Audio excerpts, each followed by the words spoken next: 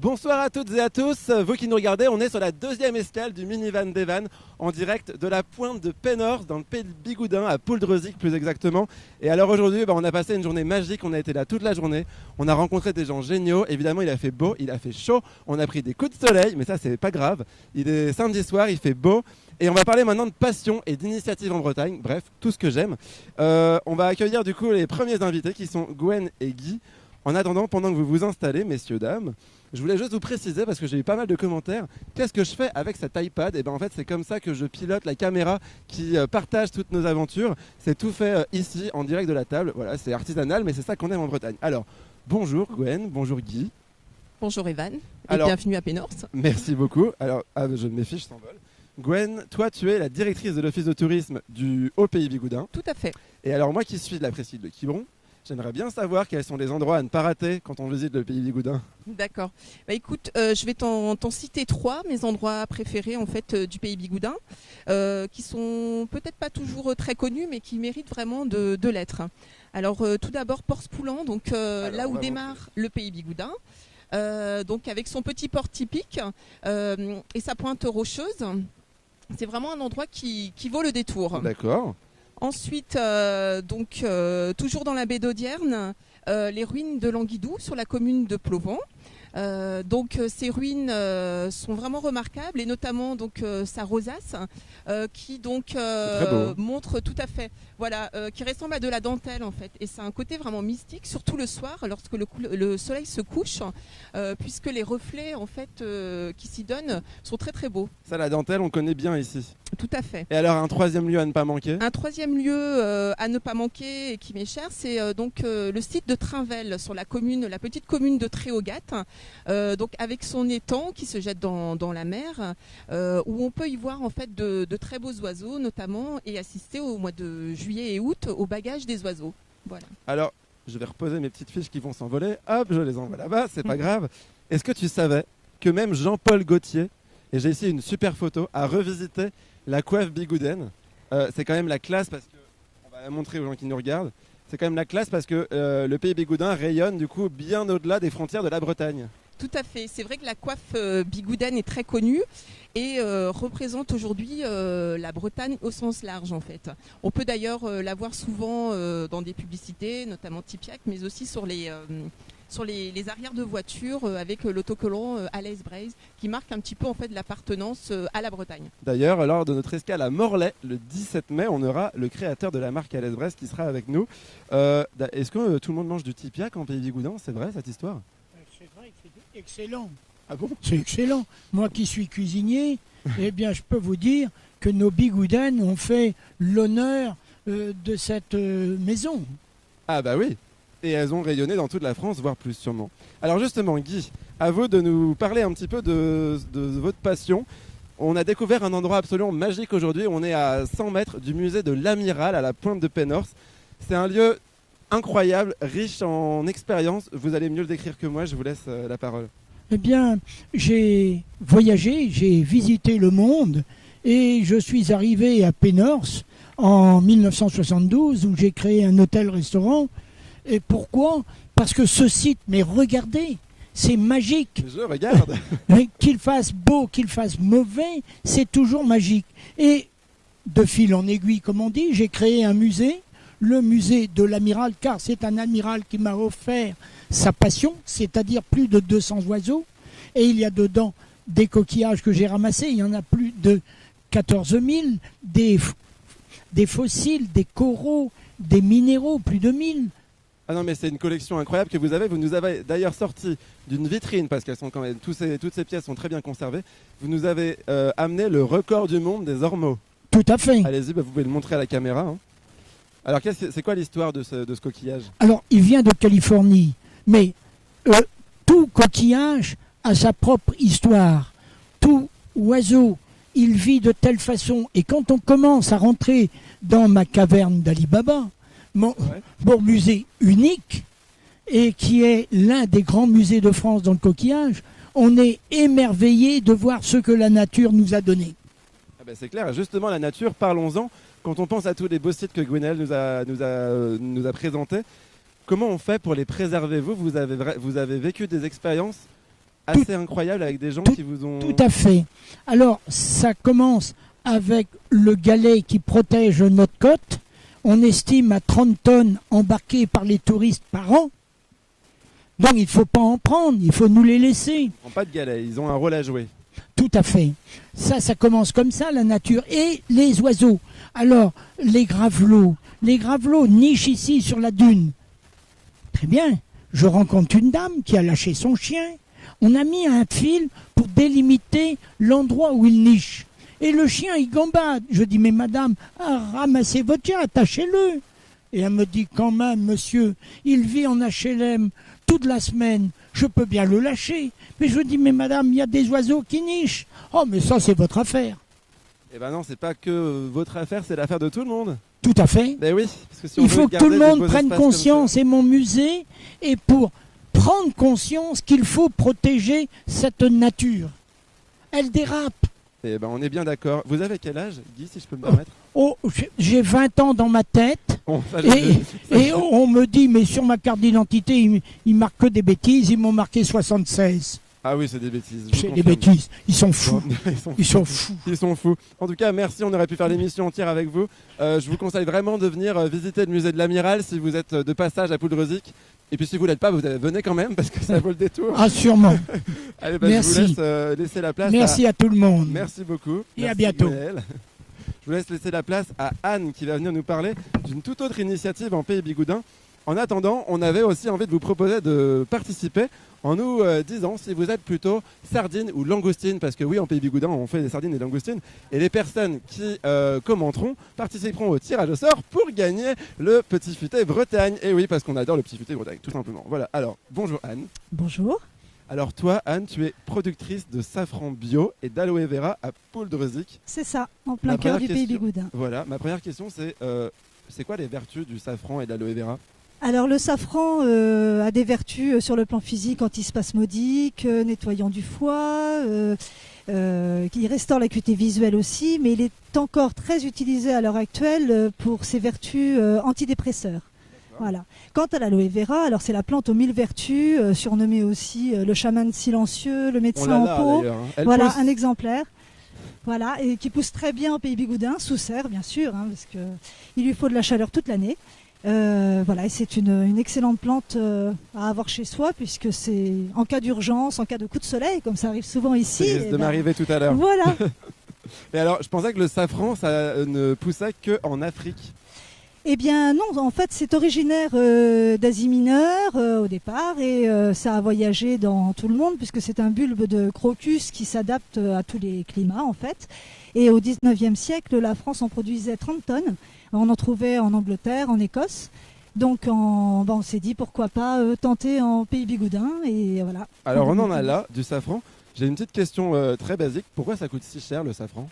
Parce que tout est fait à la main en fait. Il y a une récolte par an, il faut compter entre 150 et 200 fleurs, ou 150 ou 200 pistils pour faire 1 gramme de safran sec, D'accord. puisque le safran, une fois récolté à la main, doit être séché, et il en reste au final en poids très très peu.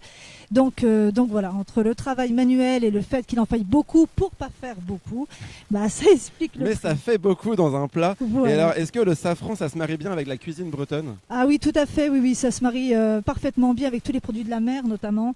Donc coquille Saint-Jacques au safran, la lotte au safran, lotte à l'armoricaine, les moules safranés. Voilà, à partir d'une simple crème où on va laisser nos pistils infuser, les puristes c'est 24 heures, et ben on va pouvoir sublimer n'importe quel plat, et notamment les produits du coin. Donc en fait, toi, tu manges des plats de luxe tous les jours. C'est ça, C'est ça. cool ton je suis boulot. même pas blasée. Super. Bah maintenant, on va accueillir, on reste à parler cuisine, et on va accueillir Gilda et Maryse, qui sont je ne sais pas où, mais c'est pas grave, pour nous parler du pâté Enaf. Et ah bah voilà, vous êtes là. J'ai eu un petit moment où je me suis demandé si ça se trouve, je vais finir tout seul. Alors Gilda, tu peux prendre le micro s'il te plaît. Et évidemment, on ne pouvait pas être à Poudre-Zic. Excusez-moi, j'évite que mes fiches s'envolent. On ne pouvait pas être à Poudre-Zic sans parler du célèbre pâté Enaf. Toi, tu travailles là-bas, je crois. Depuis 18 ans. Depuis 18 ans, rien que ça. Tu nous as préparé un super barbecue qui est en train de griller là-bas. Merci, merci. De rien. Ah, on a un invité surprise, un chien. Et je voudrais juste savoir, moi, comment est-ce qu'on explique qu'un territoire tout entier soit autant attaché à une marque de pâté, tout simplement?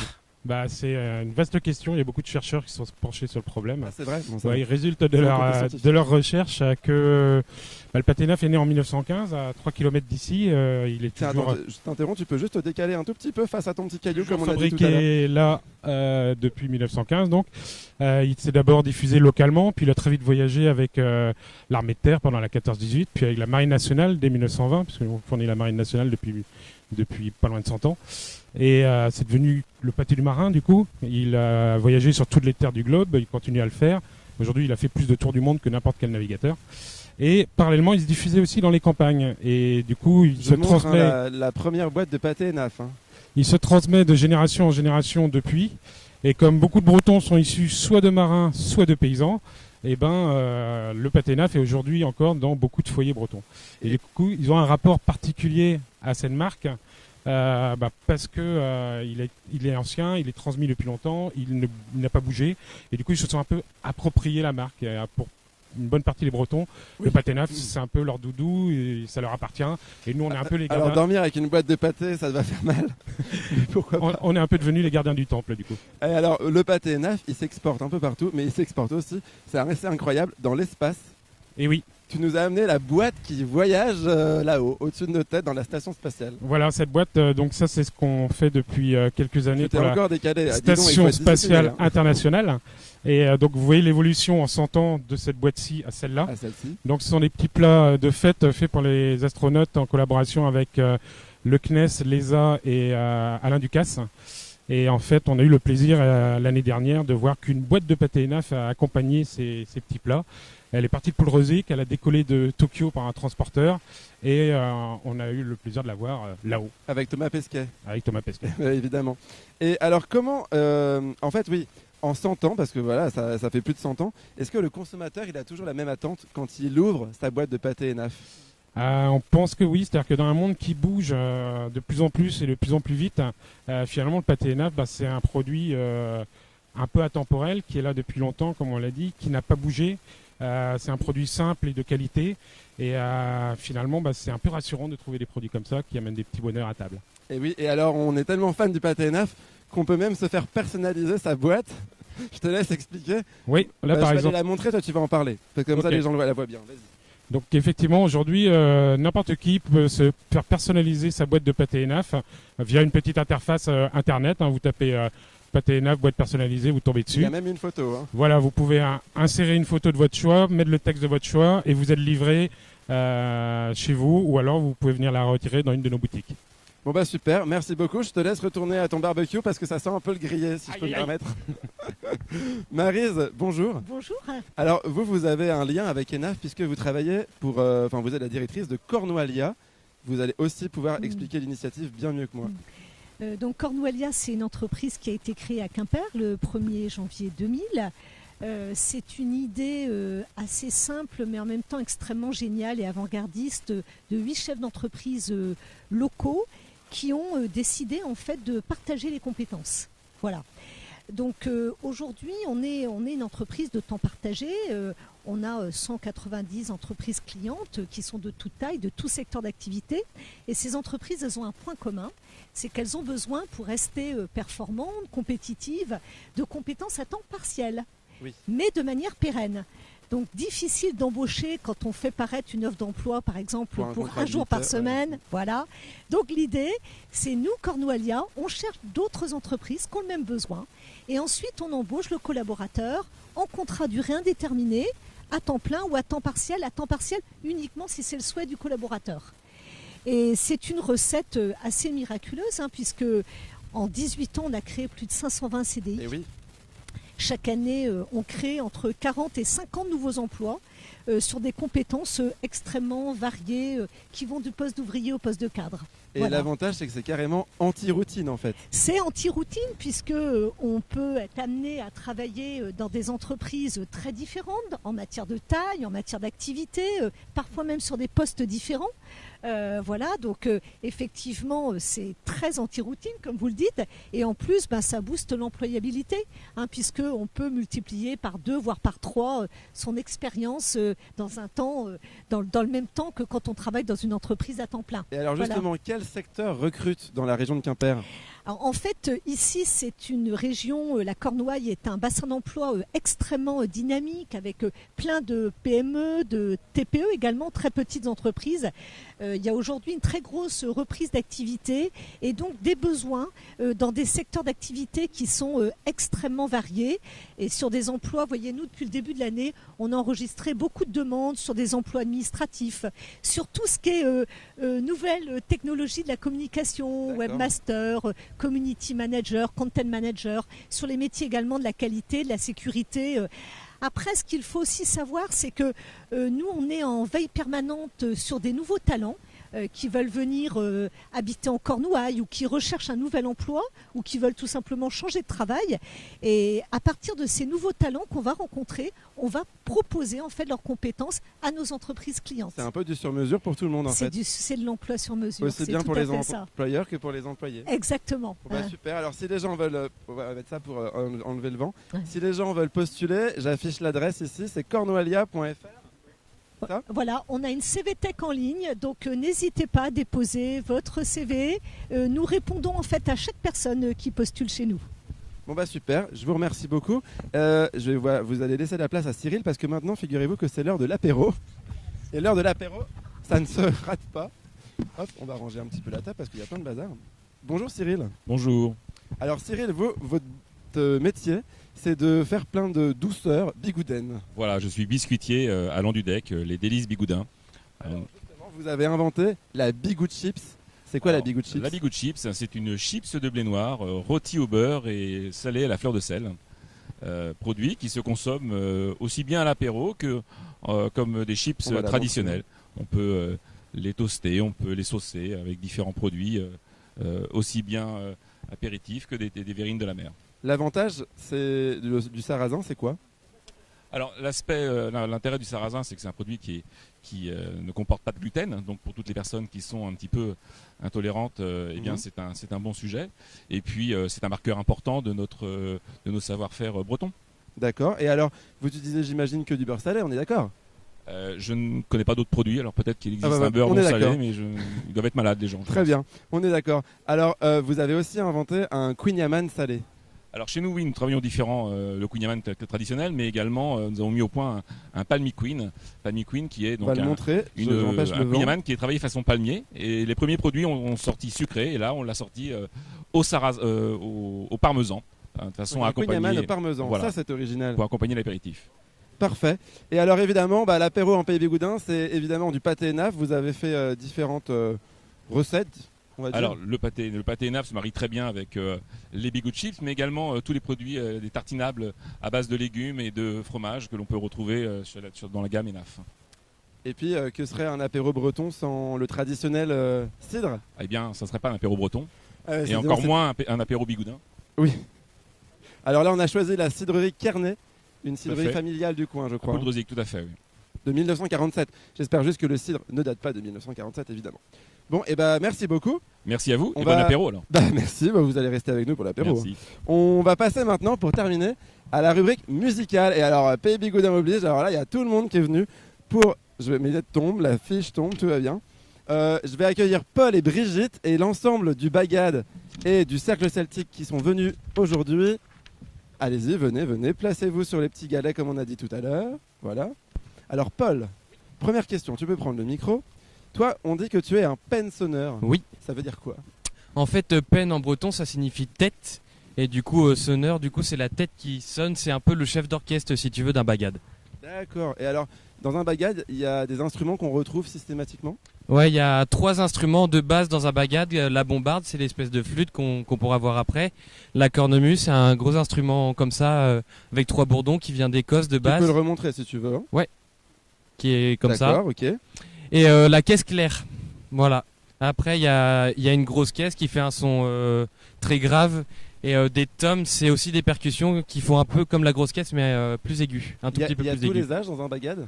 On peut commencer à l'âge de 8 ans dans un bagad. Ah ouais, t'as commencé Ouais. à 8 ans toi? J'ai commencé à 11 ans, moi. Ah ouais, c'est presque pareil. Je sais Bon pas si alors loin. un bagad, quand vous jouez, il faut aussi souvent des danseurs. Et, Oui. et vous Brigitte, vous êtes une danseuse.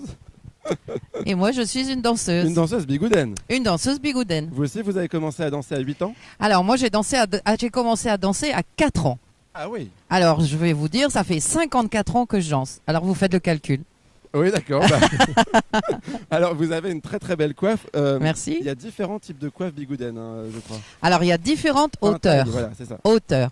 Là, vous en avez un petit un panel derrière nous. C'est-à-dire que la hauteur de la coiffe, Mesdames, si vous... la hauteur de la coiffe a changé en fonction des années.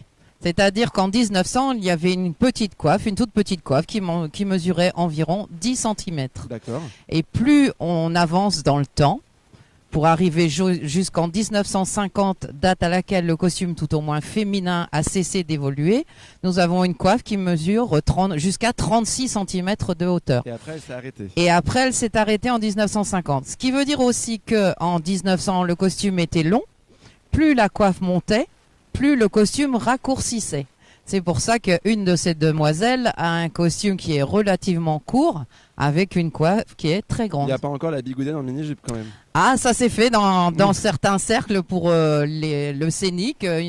Des jeunes demoiselles à danser avec des coiffes de 70 cm et des mini-jupes. Eh ben, dis donc. Alors, qui restaure, parce que c'est beaucoup d'entretien, je crois savoir, j'ai moi-même appris à danser. Enfin, appris, c'est un bien grand mot, au cercle celtique de... je sais plus d'ailleurs. Un cercle celtique bigoudin, voilà. Mais c'était super. Et là-bas, tout le monde... Plomelin, ça y est, ça m'est revenu. Ah oui, c'est nos voisins. Voilà, et tout le monde se mettait à restaurer les coiffes. Eh bien, nous, au niveau du cercle celtique aussi de Plonéo, nous restaurons les coiffes parce que bien évidemment, c'est un petit peu compliqué maintenant à trouver, mais quand nous en trouvons, quand nous avons des donateurs, parce que ce sont des dons ou quelquefois des achats, elles sont restaurées par le soin de nos danseuses.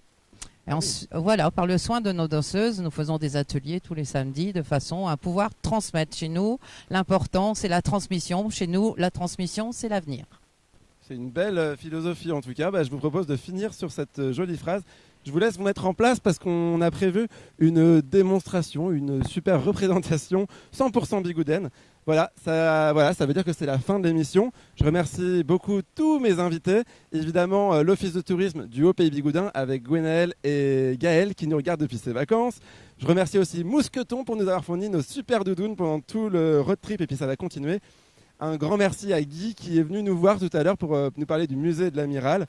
Un grand merci également aux équipes de Bretagne Passée à l'Ouest et de la marque Bretagne. Demain, petit changement de programme, on sera finalement en direct de Lorient-la-Base à 18h30 avec tout un super planning aussi. On parlera gastronomie, on parlera tourisme, on parlera innovation, on parlera course au large. Bref, vous pouvez suivre tout le road trip sur Instagram, Facebook, Twitter, dans le Telegram, sur France Bleu, sur toutes les pages Facebook qui nous suivent. Je pense que ça y est, j'ai fini mon monologue. On va laisser place aux artistes. Ça va, tout le monde est prêt ? Eh bien allez, à vous de jouer, messieurs, dames, je vous écoute. Tout le monde vous écoute d'ailleurs.